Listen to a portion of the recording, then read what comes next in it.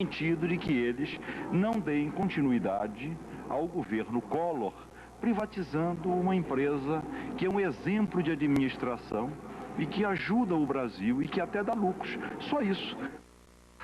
Dá para perceber como é que as coisas funcionam na política brasileira. Um enorme número de deputados e senadores é a favor das privatizações. Mas quando uma privatização tromba com os interesses políticos, com os interesses eleitorais deles, imediatamente ficam contra. É essa a história da Vale. Ela cria problemas para determinados políticos em determinadas regiões, especialmente no norte e nordeste. Dr. Sarney, Dr. Edson Lobão, por exemplo, que tem interesses nessas áreas. Outros parlamentares, que até acabam se aliando com o PT. E, se for preciso, nesses casos, se aliam com Satanás para evitar essa privatização. E acabam inventando uma retórica especial para justificar o porquê da posição contrária à privatização. É evidente que há deputados nacionalistas e há aqueles que acreditam mesmo que ela não deve ser nacionalizada. Mas nesse caso da Vale, há sim um grande interesse político, um grande interesse eleitoral que sempre houve no país. Sem a Vale, para muitos, fica difícil fazer política com P maiúsculo. O presidente do PFL, Jorge Bornhausen, divulgou nota rebatendo críticas do ministro das Comunicações, Sérgio Mota, contra a cobrança do partido por mais rapidez no programa de privatização do governo. Na nota, o presidente do PFL lembra que a privatização é uma das prioridades da campanha do presidente Fernando Henrique Cardoso. Segundo Bornhausen, se a afirmação do ministro de que acelerar a privatização é dilapidar o patrimônio público tiver sido dirigida ao PFL, Sérgio Mota cometeu uma grave injustiça. Será que cometeu? Será que todos os setores do PFL apoiam todas as privatizações? Será? A assessoria do Ministério das Comunicações informou que as críticas não foram dirigidas ao PFL e que o ministro não tem mais nada a declarar sobre o assunto. O governo deve mandar amanhã ao Congresso um projeto de lei reduzindo a alíquota do imposto de renda das empresas. Mas, dependendo da inflação, elas poderão pagar mais imposto. O Brasil tem 4 milhões de empresas e o imposto de renda que elas pagam rendeu ao governo 6 bilhões de reais ano passado. Metade disso foi pago por apenas 500 empresas. O governo concluiu óbvio, tem pouca empresa pagando muito imposto e muita empresa não pagando nada. O projeto que vai amanhã ao Congresso é para inverter isso aí. É para cobrar imposto mais baixo de um número bem maior de empresas. O balanço das empresas não vai ter mais correção monetária, mas a contribuição sobre o lucro líquido vai cair de 10% para 8%. Nos bancos, ela cai de 30% para 18%. O imposto de renda também vai cair de 25% para 15%, com um adicional de 15% para quem faturar mais de R$240 mil por ano. As empresas não vão mais descontar o que gastam com aluguéis, carros e cartões de crédito para os executivos. Também acabam as deduções de doações a entidades filantrópicas.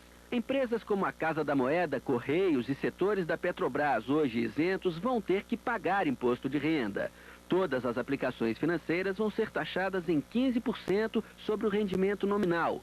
Sócios e acionistas não vão pagar imposto sobre lucros e dividendos. O governo acha que vai ganhar dinheiro mesmo baixando as alíquotas. É que milhares de pequenas empresas que hoje não têm como pagar imposto vão passar a pagar, porque o risco da sonegação não vai compensar. O governo também espera ter as empresas como sócias no combate à inflação, porque pelas projeções da Receita Federal, se a inflação anual ficar abaixo de 15%, cada empresa vai pagar menos imposto do que paga hoje. E pode pagar mais imposto se a inflação ficar acima de 15% ao ano. E vamos agora a Brasília, ao vivo do Ministério da Fazenda. A nossa comentarista Salete Lemos tem mais informações sobre esse assunto. Salete, essa reforma ajuda o crescimento econômico e a recuperação do nível de emprego ou não? No contexto de hoje, atrapalha mais do que ajuda, Boris. Isso porque, com esse projeto de reforma tributária, o governo impede que as empresas utilizem como abatimento as chamadas despesas financeiras, ou seja, aquilo que elas pagam de juro nos empréstimos bancários que são tomados para melhoria e aumento da produção.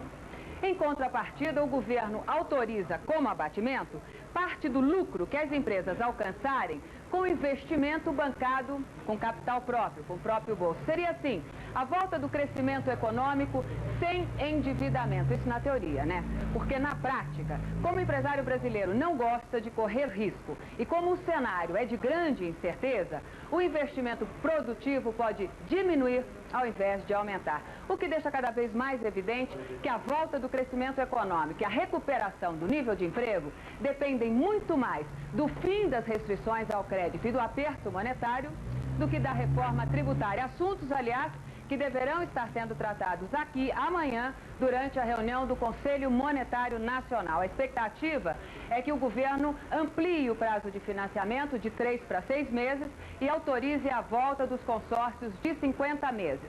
Na caderneta de poupança, um seguro maior. O governo não estaria segurando apenas quantias de até R$5 mil, mas de até R$50 mil. Como você vê, foram muitos os boatos hoje aqui em Brasília em torno da reunião do Conselho Monetário Nacional. Mas os fatos mesmo, nós só vamos ficar conhecendo amanhã. É com você, Boris. Obrigado, Salete. Deve haver novidades mesmo, porque o governo quer acelerar um pouquinho a economia, a sintonia fina desse aperto do governo parece que não vai muito bem e no próprio governo há susto a esse respeito. Obrigado mais uma vez, Salete.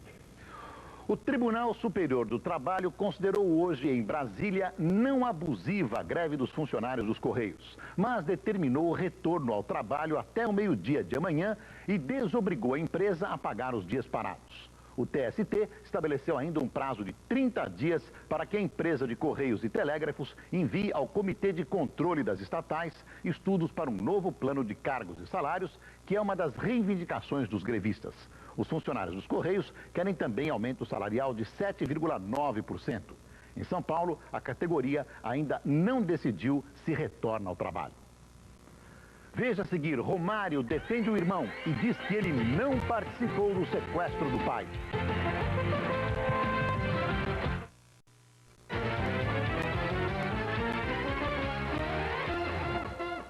O jogador Romário defende o irmão Ronaldo da acusação de ter planejado o sequestro do próprio pai em maio do ano passado. E diz que tudo não passa de uma farsa para reduzir a pena da sequestradora que fez as denúncias. Sério, ar tenso, Romário treinou com o time do Flamengo, sabendo que as denúncias da participação do irmão Ronaldo no sequestro do próprio pai, seu Edevair, ainda vão render muita dor de cabeça. Talvez por isso o advogado do Flamengo, Michel Assef, já tenha sido indicado para defender Ronaldo. Romário quebra o silêncio, quer anunciar em público o apoio dele e da família ao irmão, mas diz que a polícia deve investigar. Toda denúncia tem que ser apurada. Eu gostaria que essa também fosse, mas eu tenho consciência, não só eu, como meu próprio pai, minha mãe e minha irmã, que o meu irmão é totalmente inocente e, pelo contrário, meu irmão foi um dos que mais sofreu com esse sequestro do meu pai. Ao segurança Wilson Mussauer, que está preso, condenado por tráfico internacional de drogas e contrabando de armas, Romário também dá um crédito. Mussauer é outro acusado de ter tramado o sequestro de seu Edevair. Continua sendo um dos meus melhores amigos e eu continuo acreditando na inocência dele. O personagem principal dessa história, que mistura crime, traição e ainda é um mistério, apareceu hoje para comentar as acusações. Ronaldo nega o envolvimento no sequestro e diz que vai depor, se for chamado pela polícia. Não tem nada a ver com isso, fiquei tranquilo. Eu acho que isso é uma palhaçada dessa mulher. No depoimento à polícia, Marlúcia Menezes Gomes, condenada a 12 anos pelo sequestro do pai de Romário, revela que aquele era um sequestro incomum. Ela estranhava a liberdade que seu Edevair tinha para se movimentar no cativeiro. Marlúcia coloca no fogo alguns policiais civis, inclusive o ex-diretor da divisão antissequestro, o delegado Hélio Vigio. Segundo Marlúcia, ele sabia da farsa que teria como objetivo extorquir 7 milhões de dólares da CBF. Marlúcia diz até que na época teve tratamento especial na DAS, o que não acontecia com outros presos. Seu Edevair acabou libertado 7 dias depois do sequestro. O atual chefe da Polícia Civil, Hélio Luz, reabriu o caso. A identificação dos policiais que estariam envolvidos no desaparecimento do funcionário da Fiocruz, Jorge Carelli, começa a ser feita amanhã pela sequestradora Lindalva dos Prazeres, principal testemunha do caso. No final da noite de ontem, ela reconheceu o local onde Carelli teria sido torturado.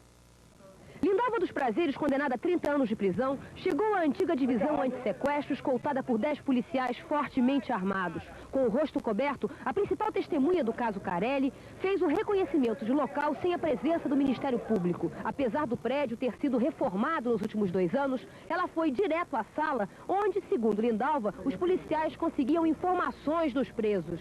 De acordo com Lindalva dos Prazeres, esta era a sala do pau, a sala onde os presos que ficavam na antiga divisão antissequestro eram torturados. Foi nesta sala que ela conheceu e conversou com um homem que se identificou como Jorge Carelli, funcionário da Fundação Oswaldo Cruz.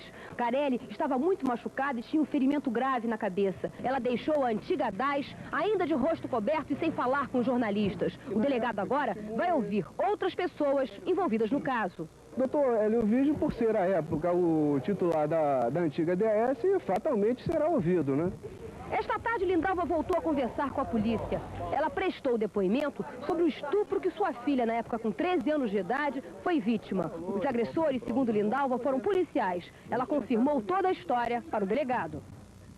A chacina de Vigário Geral, no subúrbio do Rio, completa 2 anos hoje. A maior parte dos acusados está presa, mas o julgamento ainda não tem data marcada. A madrugada de 29 de agosto de 93 produziu imagens que chocaram o mundo. Para vingar a morte de 4 colegas na noite anterior, policiais invadiram a favela de Vigário Geral e mataram 21 moradores.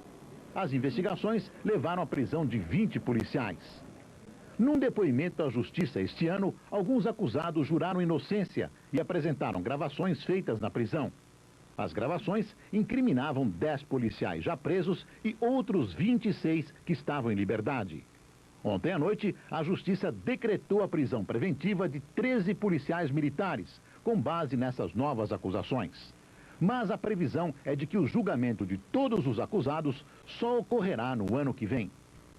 Essa é uma história terrível de uma vingança primitiva, brutal, animalesca, promovida exatamente por quem tem o dever de dar segurança e cuidar da ordem por pessoas contra pessoas que absolutamente não tinham nada a ver com o assassinato dos PMs.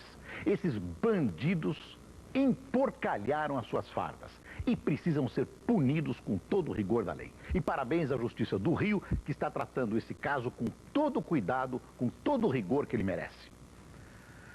Reviravolta no caso da estudante que planejou a morte dos pais em Santos, no litoral de São Paulo. O julgamento em que Andréia Gomes Pereira do Amaral foi condenada a 25 anos de prisão foi anulado. Andréia vai ser julgada novamente. Na semana passada, Andréia foi condenada a 25 anos de prisão por ter tramado o assassinato dos pais, cometido por um menor, seu namorado. O advogado de defesa recorreu e o pedido de anulação foi deferido ontem pelo mesmo juiz que deu a sentença. Andréia será julgada novamente em março do ano que vem.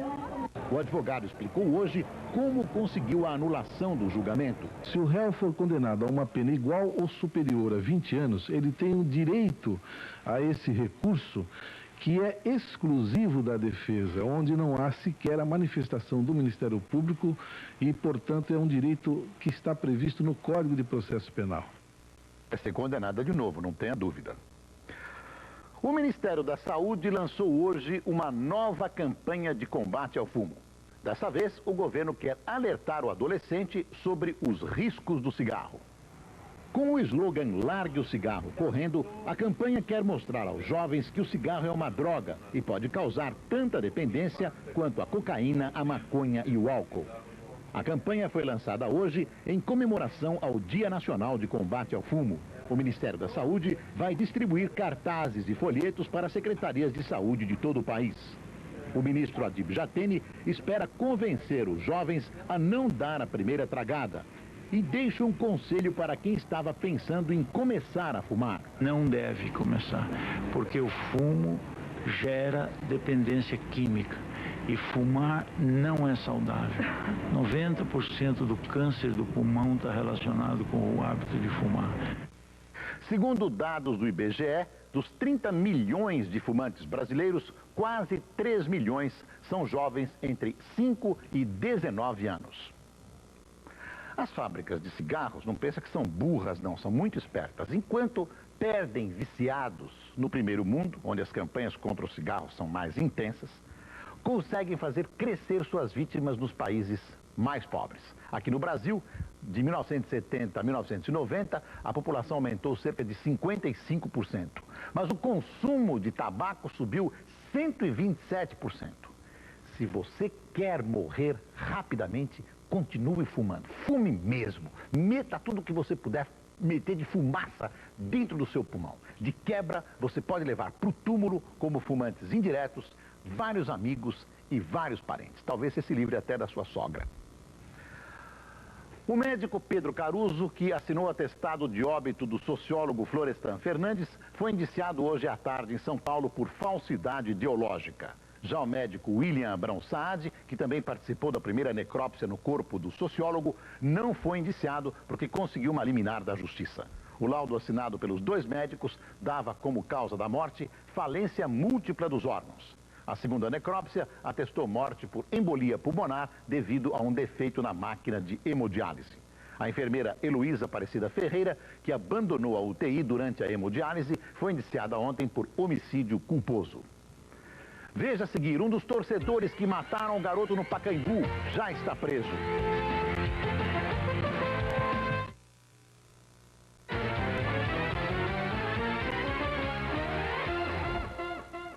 Já está preso um dos torcedores que provocaram a morte de Márcio Gasparim Filho no Pacaembu. Enquanto o agressor se apresentava à polícia, Márcio era enterrado em São Paulo. Centenas de integrantes da torcida independente do São Paulo se juntaram à família no velório de Márcio Gasparim da Silva, de 16 anos. Ao som de fogos e dos gritos de guerra da torcida, o garoto foi enterrado no começo da tarde na zona norte de São Paulo. A família contratou um advogado para pedir indenização ao Estado e à Prefeitura. O município introduziu as armas dentro do estádio e acontece que o Estado não foi obrigado, ele não vetou. Ele tinha a obrigação de cumprir seu dever, que era vetar, e não vetou. Então ele é responsável pela situação. O principal agressor de Márcio estava identificado desde segunda-feira. Adalberto Benedito dos Santos, de 20 anos, já com um pedaço de pau na mão, participa de uma primeira briga. Em seguida, corre atrás de Márcio, que é derrubado pela paulada de um agressor ainda não identificado. Adalberto, então, desfere 2 violentas pancadas na cabeça de Márcio. O pau chega a se partir. Assim que foi identificado, Adalberto abandonou o trabalho, a escola e saiu de casa. Sem pistas do paradeiro dele, a polícia vinha tentando convencer a família a dizer onde o rapaz estava. Hoje, 2 advogados ligaram dizendo que ele iria se entregar. No final da tarde, Adalberto se apresentou à divisão de homicídios. Adalberto foi indiciado por homicídio doloso, isto é, proposital, agravado por um motivo fútil. A prisão temporária dele foi decretada. Chorando o tempo todo, Adalberto disse que estava arrependido e que não tinha a intenção de matar. Estava lá para comemorar a vitória que meu time ganhou. A torcida do São Paulo invadiu o campo, fui agredido, tomei umas pauladas nas costas, paulada na cabeça. Foi onde eu perdi a cabeça, mas queria dizer que eu sinto muito pelo que aconteceu pelo moleque, que poderia ter sido comigo. Por que você agrediu daquele jeito, dando tantas pauladas? Não anda nada, eu só dei uma só nas costas dele. Você resolveu se entregar à polícia? Porque, na realidade, eu não sou culpado disso tudo sozinho. Eu participei da briga, mas tem muitas pessoas que ajudou a bater nele. Ele apanhou antes, apanhou a hora que estava comigo e apanhou mais pra frente ainda. Eu não mereço ser punido sozinho, não. É um idiota completo esse cara. Chega na polícia e começa a chorar. É valente no campo para dar paulada nos outros. É preciso punir essa gente. A mãe do garoto atingido por uma bomba em Belo Horizonte após o jogo Corinthians e Cruzeiro quer punição para os responsáveis. Leandro Pereira da Rocha, de 14 anos, torcedor do Cruzeiro, se recupera bem das cirurgias que sofreu ontem. Ele teve o baço e um pulmão afetados, além de um rim retirado. Todos os ferimentos foram provocados pela bomba atirada por 4 jovens da Galoucura, uma das torcidas organizadas do Atlético. Os 4 já estão no Centro de Internação Provisória de Menores. A mãe de Leandro pede que eles sejam punidos. Foi gente perto da minha casa mesmo, do bairro, próximo, que fez isso com ele. Então eles têm de ser punidos. Olha, não precisa criar lei nenhuma, as leis já existem, homicídio doloso. Não precisa criar lei nenhuma, como estão dizendo por aí. É preciso colocar a lei em ação. Colocar a lei em cima dessa gente. Preciso prender, esse pessoal precisa sentir a dureza da legislação que já existe. Garanto que essa coisa da violência vai reduzir e muito. Até agora, o brasileiro é muito bonzinho, a tendência é considerar tudo isso incidente do esporte. Não é verdade. Precisa punir, porque isso é bandidagem elevada ao cubo. Precisa punir essa gente com a dureza da lei. Você vai ver como as coisas melhoram e muito. E também começar a acabar com essas torcidas organizadas que são verdadeiros bandos de acelerados selvagens que se reúnem para fazer desordem, baderna e selvageria. É preciso misturar tudo isso e acabar com esse tipo de coisa que parece uma coisa do esporte, mas é puro banditismo. É uma reunião de bandidos. Acaba com isso. É uma questão de polícia, mais nada. A CBF cancelou a convocação da seleção brasileira, que aconteceria hoje, e confirmou o adiamento do amistoso contra a Líbia, que aconteceria dia 6 de setembro. O jogo contra os líbios ficou para o dia 4 de outubro. 5 dias antes, a 27 de setembro, a seleção brasileira recebe a Hungria em Belo Horizonte. Veja a seguir. Pedro Simon diz que a CPI dos corruptores não sai por culpa do governo.